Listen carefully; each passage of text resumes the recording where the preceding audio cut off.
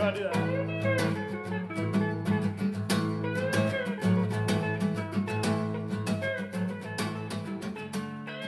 Welcome again to the Slacktivist Manifesto, a student-crafted news podcast chronicling the political consciousness of our generation.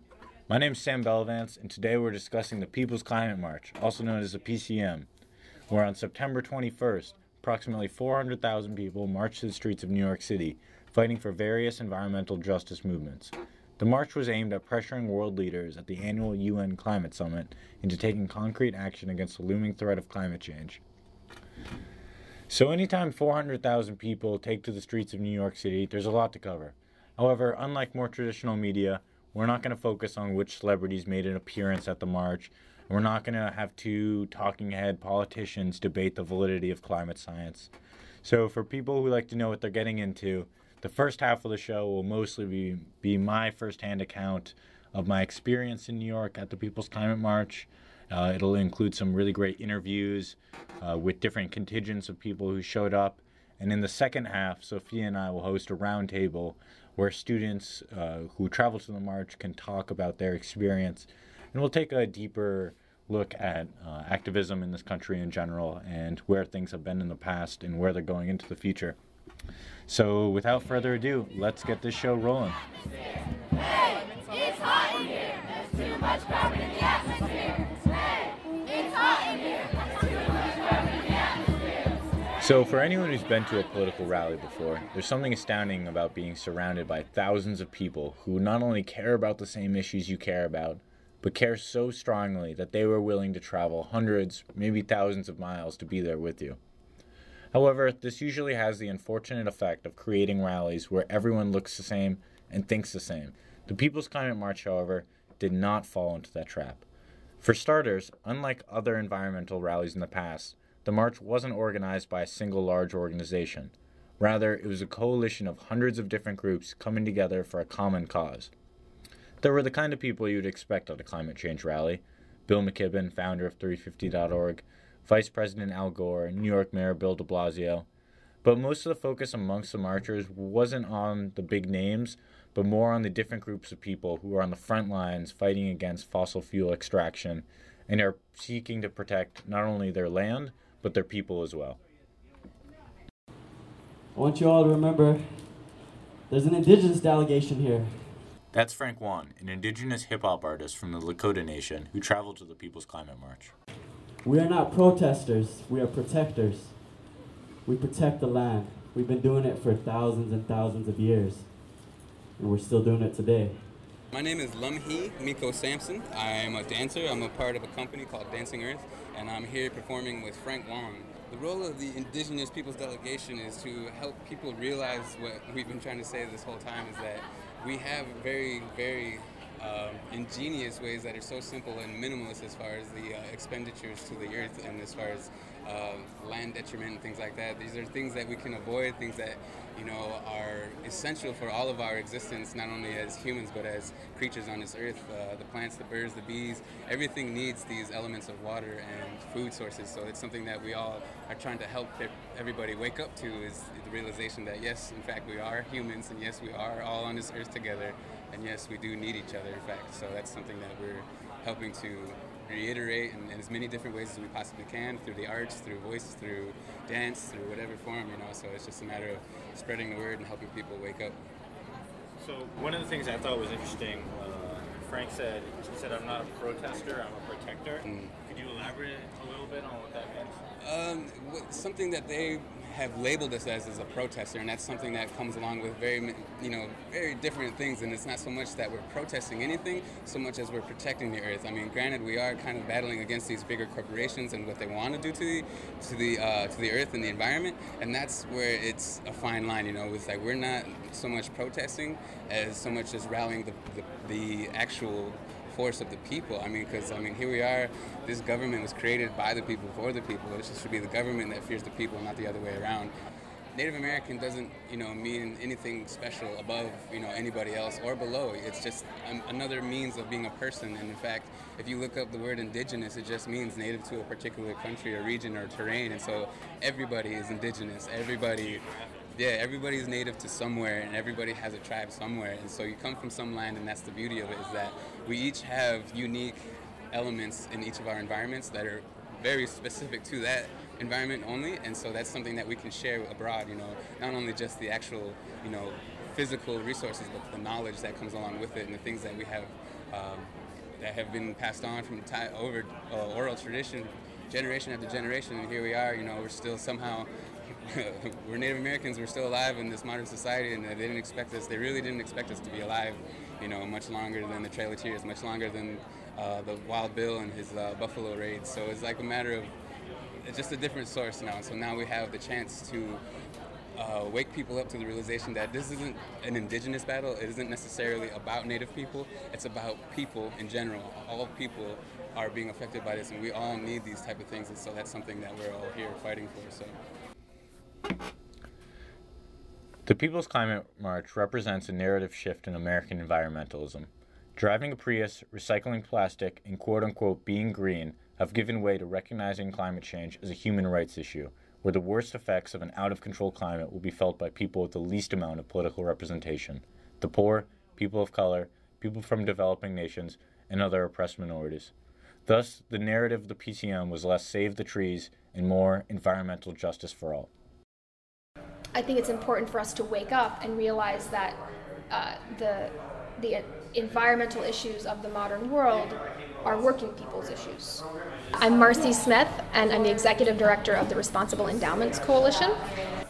And I think what's unique about this moment of the People's Climate March is that, number one, you are seeing environmental organizations name that in a much more explicit way, that this is not just a technical problem, this is not just a design problem, that we have coded our economy in such a way that it is producing all kinds of horrors, climate change being the one that perhaps everyone has a stake in dealing with. So the analysis, I think, is one thing that's different about this moment. The other thing that's different is just the number of people who are showing up for this, and the variety of people who are showing up for this. You have civil rights organizations, you have immigrant justice organizations, you have people working on mass incarceration and prisons. You have indigenous organizers leading the march. So I think that this is connected to the first point about analysis, but you're starting to see a broad working people's movement emerge, where different fronts are realizing, like, we're all sort of in this together. We do have to deal with the painful histories that we've inherited because we have perpetrated violence against each other in many cases on the basis of race and gender and class distinctions within the working class. But that's what I think you're starting to see. That's why it's an important moment. Okay, so we've established that the People's Climate March was more than a bunch of green nonprofits asking people to change their light bulbs and sign their petitions. The new generation of student activists is shifting the foundations of the environmental movement. To hear some of their stories, stay around for part 2 of Live from the PCM.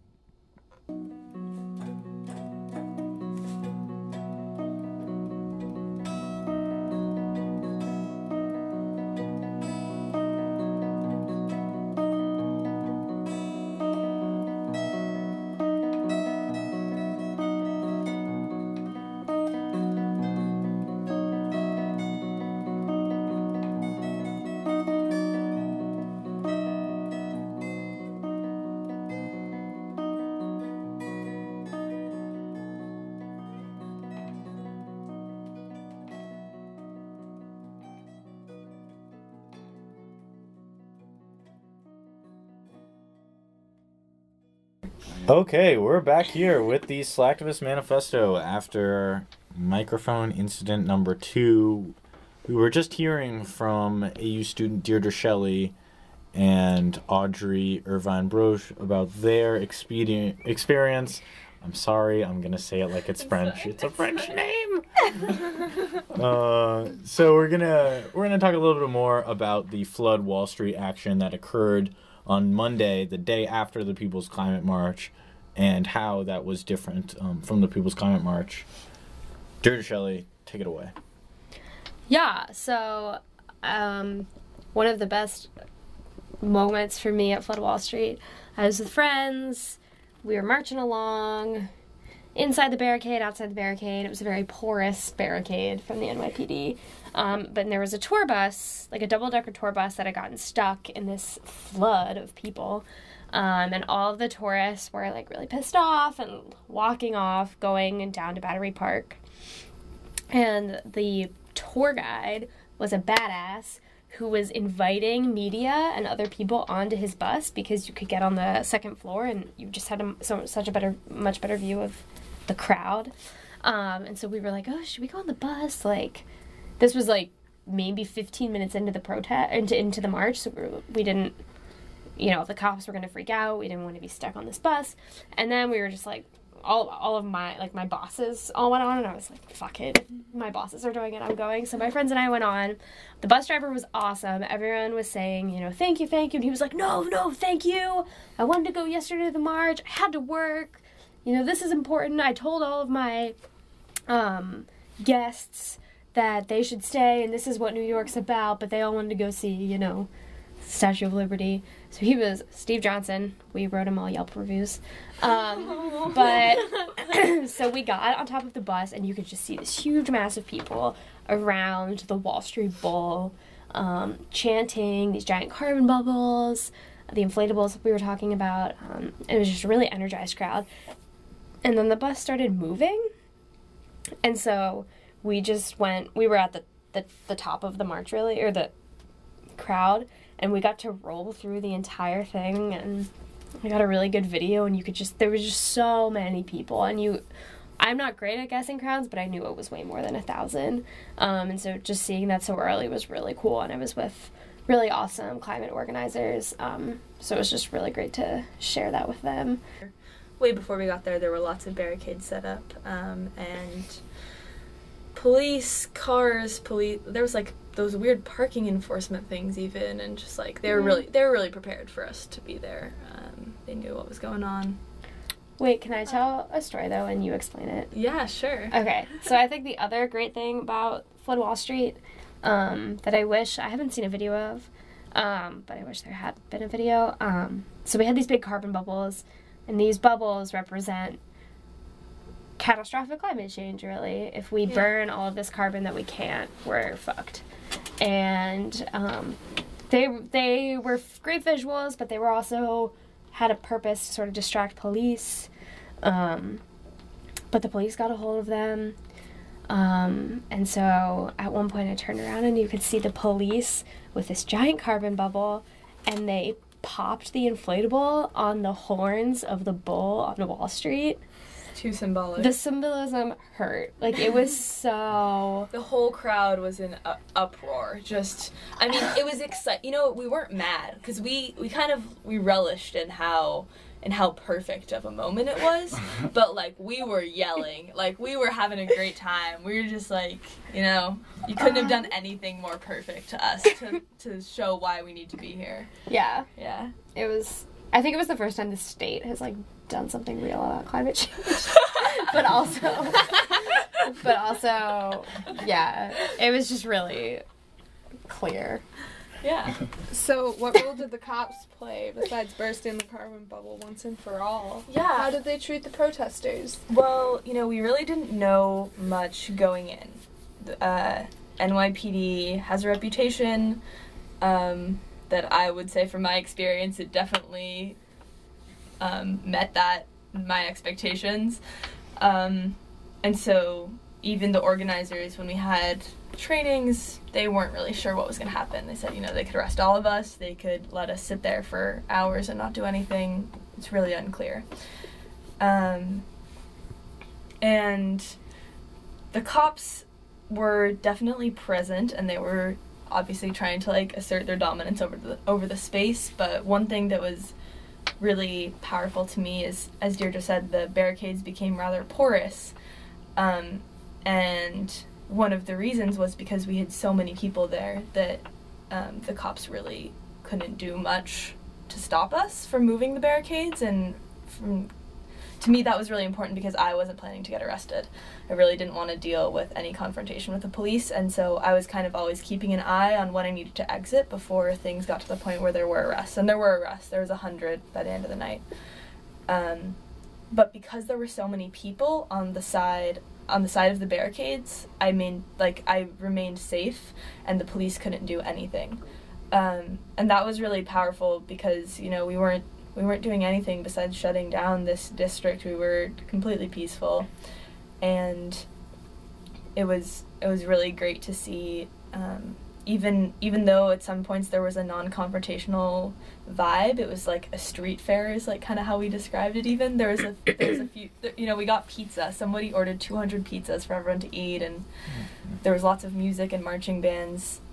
Even though that was a lighter note for a very serious problem, it was really powerful to me, and I think hopefully for other people to realize that when people take to the streets, there's not much that can stop them, and it doesn't have to be this terrifying thing. It can just be asserting your dominance over a space by nature of having enough people who are going to take a stand about something. Do you think there was a choice on the part of the NYPD not to crack down on this particularly hard? I mean, Mayor Bill de Blasio was in the march on Sunday, so it would seem strange if on Monday he's cracking down on this. Sophia and I were talking earlier about this, and you were mentioning how if Bloomberg was still in office, it'd be interesting to see the NYPD's response, or Giuliani even. That would be a much different response. Yeah, as much as the police kind of didn't do anything at the beginning, they did pepper spray a lot of people without warning, so I have a hard time saying that it's too much different. I mean, the Occupy Wall Street name can't be lost on anyone in this. You know, the flood was the word that was used, but it was still very similar, and you know, everyone had Occupy in the back of their mind, and this was really a melding of these two ideas. We used the word flood as a representation of climate crisis, but it was still a similar vibe from the police, and I think that having it tied to this greater movement did make it stronger, and the amount of people that were there made it a lot more difficult for the cops and the New York, whoever is in charge of all of that, to take like a really harsh stance against it, because no one could deny how related this was to Sunday. It was very clearly linked. I went and saw someone speak who'd been at the climate march, and he mentioned that there are people who study social movements who say that you only need like 1 to 3% of the population to actually shut everything down and change something. Mm-hmm. Yeah, I don't know actually. I'd be curious because I know.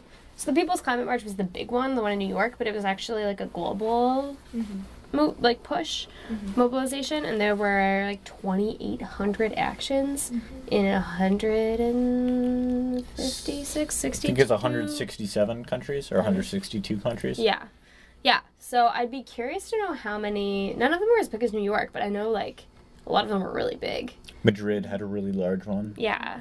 I know London. There was Australia had a bunch. And so I wonder what the like global tally is. Yeah. So just sort of winding down here, we all seem to have pretty positive reactions of the march. Were there any critiques you had, things that you weren't so pleased about, or you know, criticisms you've read that you sort of think have some pretty good points?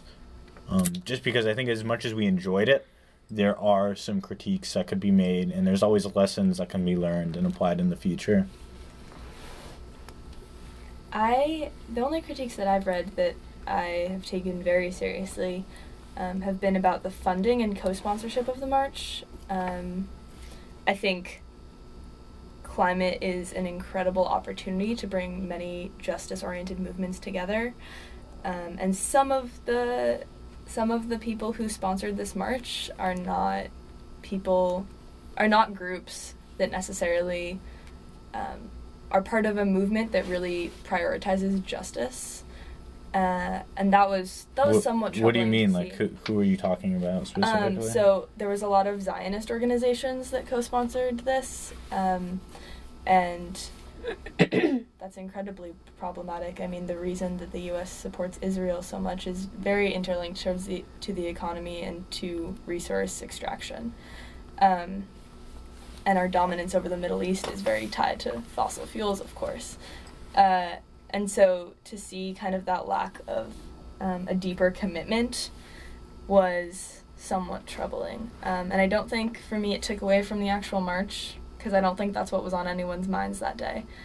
But I think that moving forward, just continually assessing those situations, because you really need to build a broad base of support, but we also can't let issues be left behind that are so obviously interrelated. Yeah, I think, like, another thing that sticks out to me just off the top of my head is one of our friends mentioned, particularly at the Youth Convergence on Saturday, which was kind of a big gathering of youth from around the country to talk about a lot of these issues.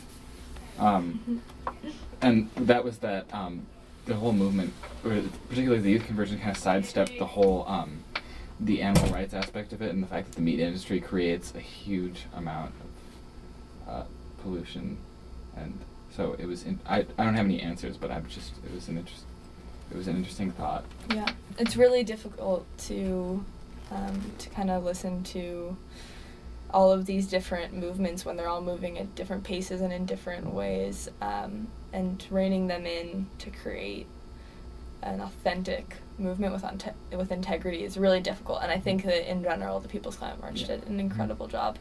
But there's always room for improvement. Yeah, or like reining them in and organizing them without it being People's Climate March, sponsored by Coca-Cola. Yeah, exactly. You know, yeah. There's like, you have to strike some sort of balance in some sense. And that's really hard. And they didn't, there was no, as far as I know, there wasn't official corporate sponsorship of I don't any think of there were this, any corporate sponsors. which is fantastic. Yeah. But, yeah. So I think just sorry, I'm looking up there's one more group that sponsored it that I wanted to bring up. Yeah, coalition politics suck, y'all. I think that's... Yeah, totally. That's a great thesis for this podcast. What do you mean by that? I mean, any coalition, absolutely with climate, because, really with anything, but with climate, it's we all live here. Everyone should be included in this conversation about how we're going to solve this, like, truly global crisis. But then people would never have let a white supremacist group sign on to the march, right? Like, you do have standards, and so it's hard to establish those standards and say, and when you're talking about such a mass group of people and organizations, like, really clearly articulate your values and what groups align with those values and what groups don't. That's just really hard to do. Mm-hmm. It's incredibly difficult. Yeah, one thing that was really heartening for me from the march was the ideological diversity there. I think that's something that's really easy to typecast, who's caring about these kinds of issues, but it was just so, I was talking to a med student from New York, I interviewed a rabbi, talked to a preacher, there are people from Alaska, people from indigenous reservations in the U.S., and then it was just all different types of places. Yeah, and I think, as we were saying before, as the movement becomes more mainstream, and environmentalism and climate change becomes a more broadly accepted, like, political stance, or something that you feel informs your politics in some way, we have to remain grounded in the justice aspect of it and make sure, one of my favorite ways to describe this is in an article someone described it as, if we're not careful about where this environmental movement is going, we're going to end up with solar-powered prisons. And that's not justice. That's not climate justice, to have you know, Wow, the prison that's really good. Yeah, the prison industrial complex, or to have like energy efficient drones bombing Afghanistan. That's never going to be what climate justice looks like, and so we have to maintain this incredible narrative that I think was produced so well through the march, so that as greening things continues to become popular, it doesn't become co-opted. It's to be freeing things too. Yeah. Yeah. And I think what Archer's talking about is something for another podcast. But Yeah. climate change does, and we've talked about this before, it's a devastating crisis, but it's also an opportunity. And probably the biggest opportunity, and maybe the only opportunity that like our species is ever going to see.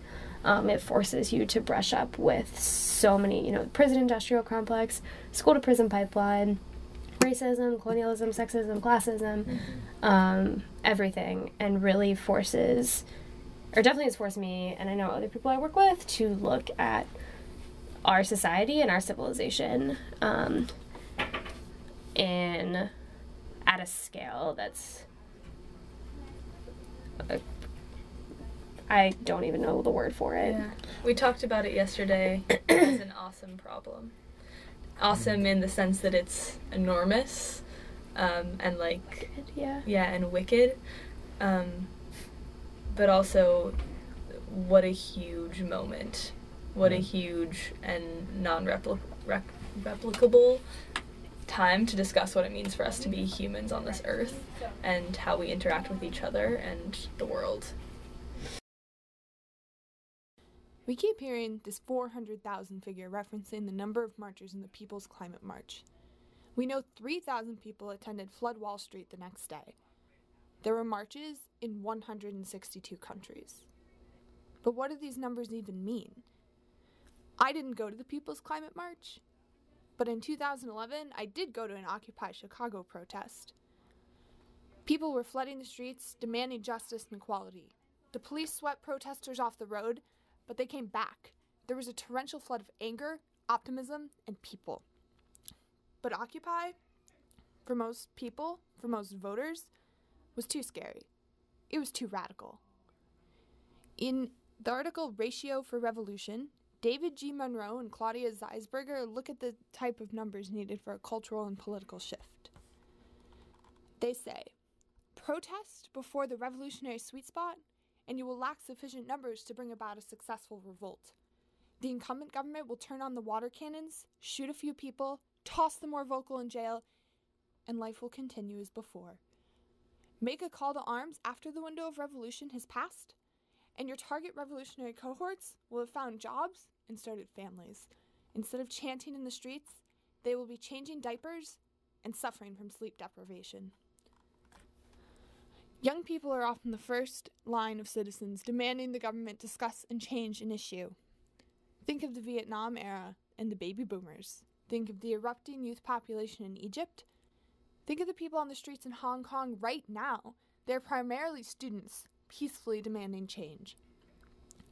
The authors of Ratio for Revolution point out that the U.S. is stable. So did America miss its opportunity to stop climate change when baby boomers grew up and got jobs and so many young people became burdened by huge amounts of student debt? No. Because climate change is not a revolutionary issue. In the face of a future that is bleak for every living thing on the planet, it is vital to include every demographic in conversations about the future. The revolution need not be wealthy or white or college educated. The revolution doesn't even need to be a revolution, just a critical mass of voters demanding common sense government action. The People's Climate March faced a lot of criticism. Some people looked at the PCM's website or their posters on the subway and saw a massive money-soaked marketing campaign. And it was. It was an expensive marketing campaign that brought 400,000 people to one place for one purpose. In a Counterpunch article, Aaron Gupta said it perfectly. Branding. That's how the climate crisis is going to be solved. The success of the People's Climate March is that it unified different demographics that together can pressure the government to do something about climate change. First, It brought the indigenous people and the people of color and the poor people who will suffer first as infrastructure and ecosystems crumble. Next, it brought the youth who have nothing but the future to worry about. Finally, the PCM brought the yuppies, the moms and dads pushing strollers, and it broadcast a peaceful, colorful, well-marketed march to the 35 and older demographic that casts more votes than anyone in America.